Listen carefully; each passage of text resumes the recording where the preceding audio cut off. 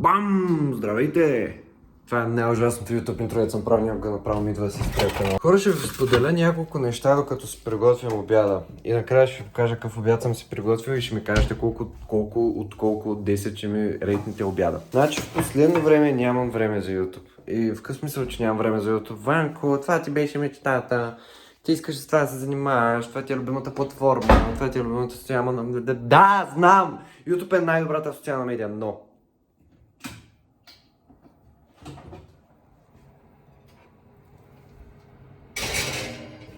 Проблемът е, че исках да се занимавам с YouTube като моята работа, но не, че съм го взимал като работа. Исках да правя... как да го обясня? Вижте, исках работата ми да е нещо, което обичам. В този случай YouTube, исках да си монетизирам YouTube канала, за да може аз да се забавлявам с YouTube и хората да се забавляват с YouTube и аз да получавам пари и това да го правя повече време, защото когато ти е работа, ти трябва много часове да обърнеш внимание на това. И проблема е, че... Сега ми плащат за други работи. Занимавам се с социални медии, качвам неща в TikTok и звънят ми по телефона. Аз забравих мисълта!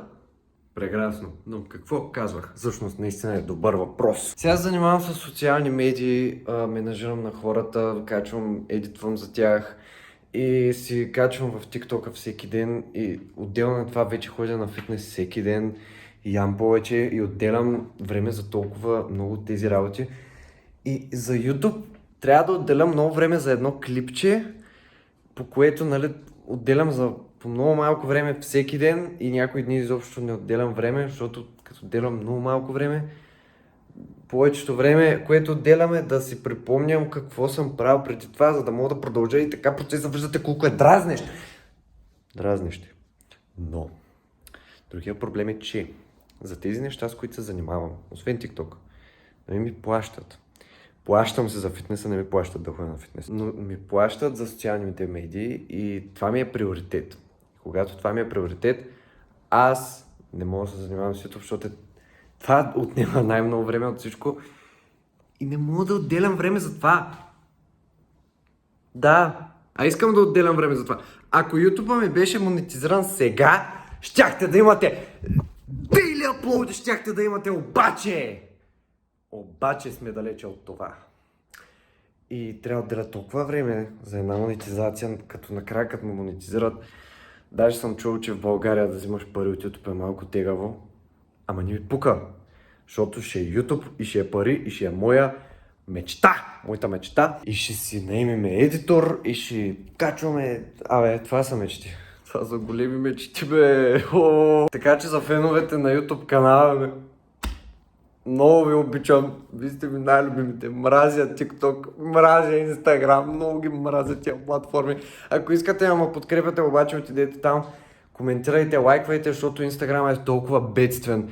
Instagram е сигурно най-омразната ми платформа някога. Подмина TikTok, човек. Как успя да подмине TikTok, не знам. Обаче отидете на Instagram ми, на TikTok ми, последните ма там, съпортвайте ме, защото ако това се вдигне, ако стана много известен там, ще се върна в TikTok и ще гръмнем в YouTube. Ще се върнем в YouTube и не ви казвам, че за сега изоставям YouTube. Приготвям ви клипче, което всъщност е към едитинг процеса. Т.е. съм го скрипнал, записал, имам записи, почвам да го едитвам, след като го едитинг трябва да направя тъмнел, след това да го кача, след това и готово. Изморих се с държателя. Имам друга ръка, бе.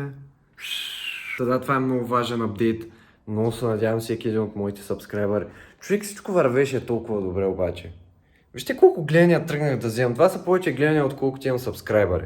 Това е едно от най-хубавите неща, което може да се случи.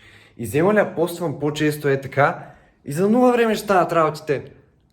Ама няма време за... Благодаря ви, че гледахте този шорт апдейт. Много ви обичам. Много си обичам YouTube аудиторията, всички тук са супер позитивни, в TikTok всички са някакви злобари. В Instagram никой не ми гледа контента, не се препоръчва изобщо този контент, не знам. Щупена платформа е Instagram.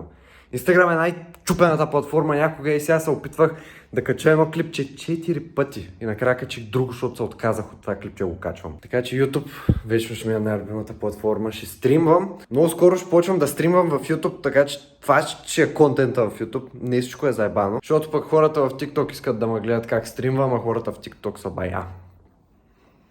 И това е като за финал.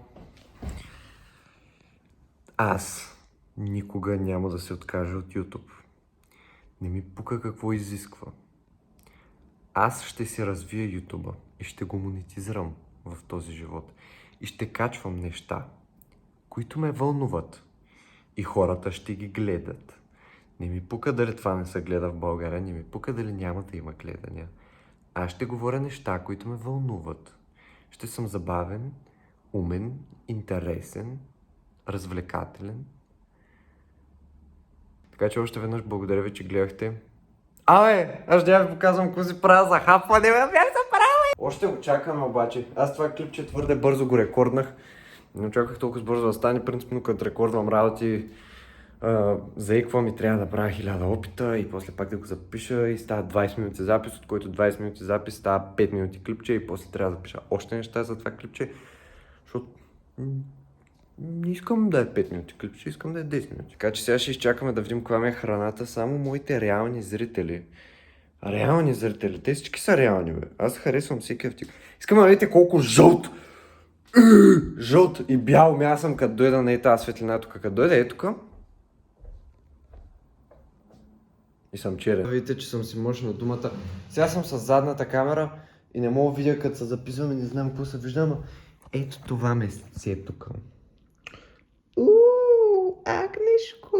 И са се и тия сухарчета тук, защото не свърши хляба и някакъв рандом хляб намерих тук и да. Чайте ви покажа едно сухарче.